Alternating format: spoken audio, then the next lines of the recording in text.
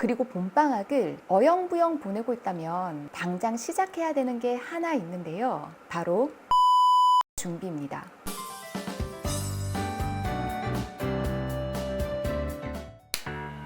안녕하세요. 어디든 학교의 하유정입니다. 새해가 된 지 엊그제 같은데 벌써 2월도 반이나 지나갔어요. 다른 달에 비해 2, 3일 정도? 딱 그 정도만 짧을 뿐인데 축지법 쓰듯 순식간에 지나가는 게 2월이죠.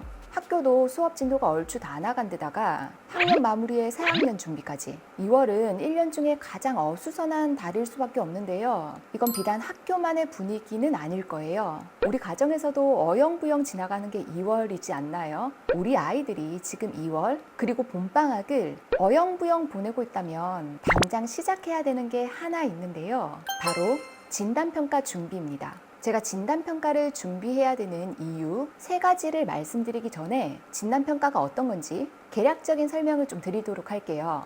진단평가는 새학년이 되고 치르는 첫 번째 시험이자 단 한 번의 시험다운 시험이라고 할 수 있어요. 이게 무슨 의미냐면 물론 1년 내내 다양한 형태의 평가를 하긴 하지만 마치 수능처럼 하루 동안 전 과목을 100분위 점수로 내는 평가를 평소에는 하지 않거든요. 그래서 우리가 소위 평가라고 했을 때 그 떠올리는 이미지 있잖아요. 초등학교에서는 그런 이미지에 부합되는 게 딱 진단평가밖에 없어요.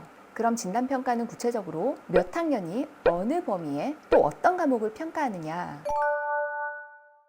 대상은요 3학년부터 6학년까지고요. 이전 학년에 배웠던 내용, 그 1년의 과정을 평가해요. 3학년은 3RS라고 해서 읽기, 쓰기, 세마기 이렇게 기초학력의 바탕이 되는 이 3가지 능력을 평가하고요. 4학년에서 6학년까지는 그 작년에 배운 국수사과형 이 5과목을 평가하게 되거든요. 과목당 25문제씩 40분에 한 과목씩 이렇게 하루 만에 쳐요. 참고로 영어는 듣기 평가 비중이 굉장히 많은데 규정에 의하면 한 번만 들려주는 걸로 되어 있어요.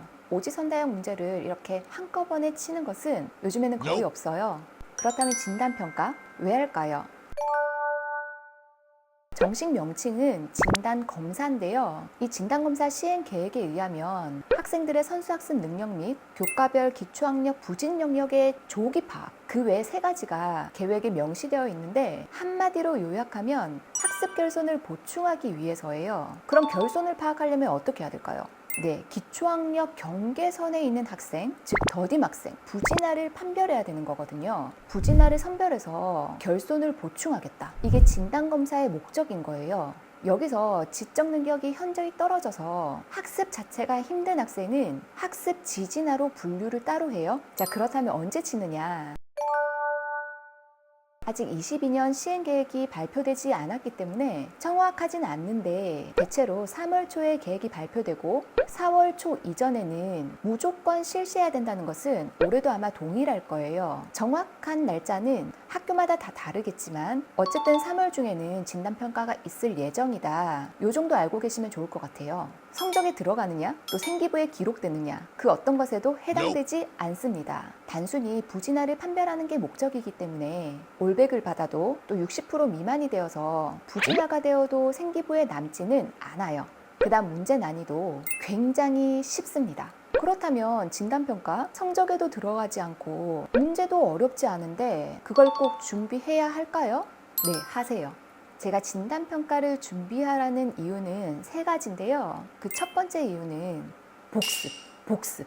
기존 학년 학습 내용을 꼭 복습하고 새 학년을 맞이하라는 의미예요. 그런데 그냥 무작정 지나간 1년 공부를 다시 복습하라고 하면 우리 아이들이 큰 의미를 가지고 복습할까요? 아마도 나 다 알아. 꼭 해야 돼? 그냥 차라리 예습할게. 할 가능성이 높죠. 하지만 평가를 한다는 사실이 앞에 이렇게 붙게 되면 복습을 해야 하는 동기와 당위성이 생기죠. 진단평가는 단순히 시험을 잘 치기 위해서 라는 의미보다는 복습의 동기를 마련해준다. 이렇게 이해하시면 돼요. 우리 애는 잘하는데요?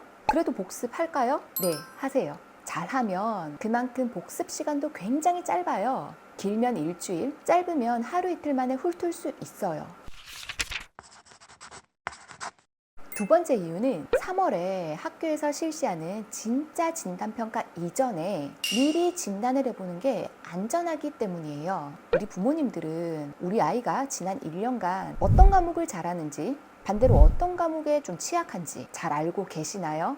학년 말에 받은 생활통지표로 확인하기에는 살짝 애매하지 않으셨나요? 초등학교 성적은 잘한, 보통, 노령 요함 또는 상중하 대부분 이렇게 알려주는데 성취 기준을 통과했느냐 또는 그렇지 않느냐 이걸로 결정되니까 대부분 다 통과를 할 수 있도록 되어 있거든요. 그래서 정밀한 참고 지표로 활용하기에는 살짝 한계가 있어요. 그래서 지금 봄방학 기간에 1년의 과정을 복습하는 그 시간 동안 잘 하고 있는 영역과 또 보충이 필요한 영역을 미리 확인하면 어떻겠어요?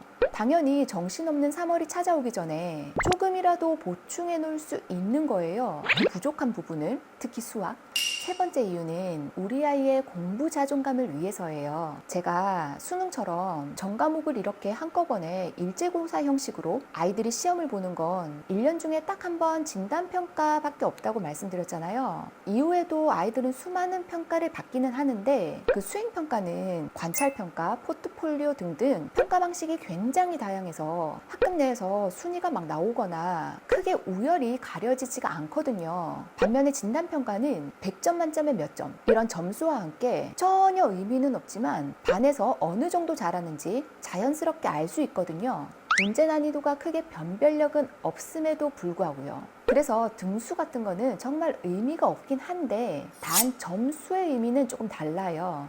기준 점수에 미달이 되면 부진하로 판별이 되거든요. 그것도 과목별로 말이죠. 학생에 따라서 수학 한 과목만 부진하로 될 수도 있고 또 한 방에 국어, 수학, 사회과학, 영어까지 다 부진하가 될 수도 있어요. 잘은 없지만요. 그렇게 되면 담임 선생님께서 굉장히 비밀스럽고 조심스럽게 해당 학생과 학부모님께 말씀을 드린다 하더라도 우리 아이 마음 어떻겠어요? 아무리 멘탈이 강하고 긍정적이라 하더라도 자기 스스로 부진하라고 하는 낙인, 나는 수학을 못해라는 부정적인 감정이 이렇게 생길 가능성이 크죠. 공부 자존감이 한번 무너지게 되면 회복하는데 많은 노력이 들거든요.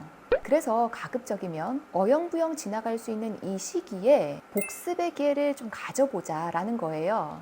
문제 난이도가 굉장히 낮다고 했죠. 그래서 평소에 공부 자존감이 좀 낮은 친구라면 진단평가 잘 쳐서 나 나쁘지 않아, 잘 할 수 있어, 해보니까 되네, 이런 자신감을 가질 수 있는 계기가 될 수 있도록 말이죠. 그렇다면 진단검사 결과는 알려주나요?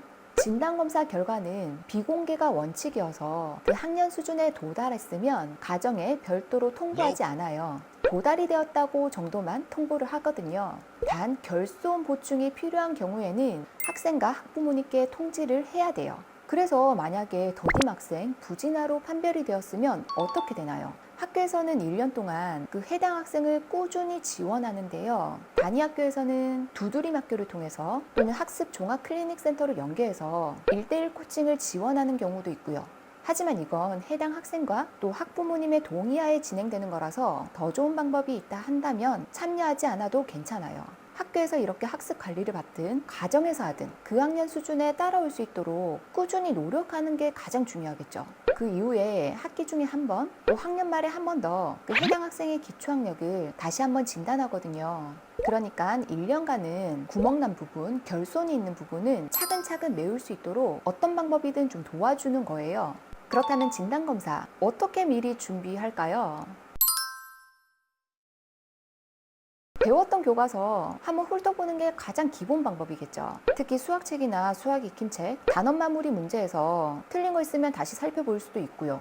그런데 2월에 학교에서 책 버리고 오는 아이들 굉장히 많을 거예요. 그렇다면 지금 소개드리는 사이트 2군데 거기 있는 자료를 활용하셔도 좋아요. 바로 교육부에서 운영하는 기초학력 향상 지원 사이트 꾸꾸와 베이스 캠프인데요. 여기 사이트에서 진단평가 또 평가 도구, 기초학습 자료를 다운받으셔서 그거 활용하시면 돼요. 관련 주소는 제가 영상 내용에 링크를 걸어 놓도록 할게요. 만약에 교과서도 없다 또는 교과서는 있는데 그 많은 걸 어떻게 다 보냐, 너무 내용이 방대하다 또는 사이트 들어가서 이것저것 챙겨보기 너무 힘들다, 그렇다면 시중에 진단평가 대비용 문제집 굉장히 많이 나와 있어요. 그런 거 활용하셔도 무방해요. 그러면 항상 물어보세요. 선생님 어떤 문제집 추천하세요?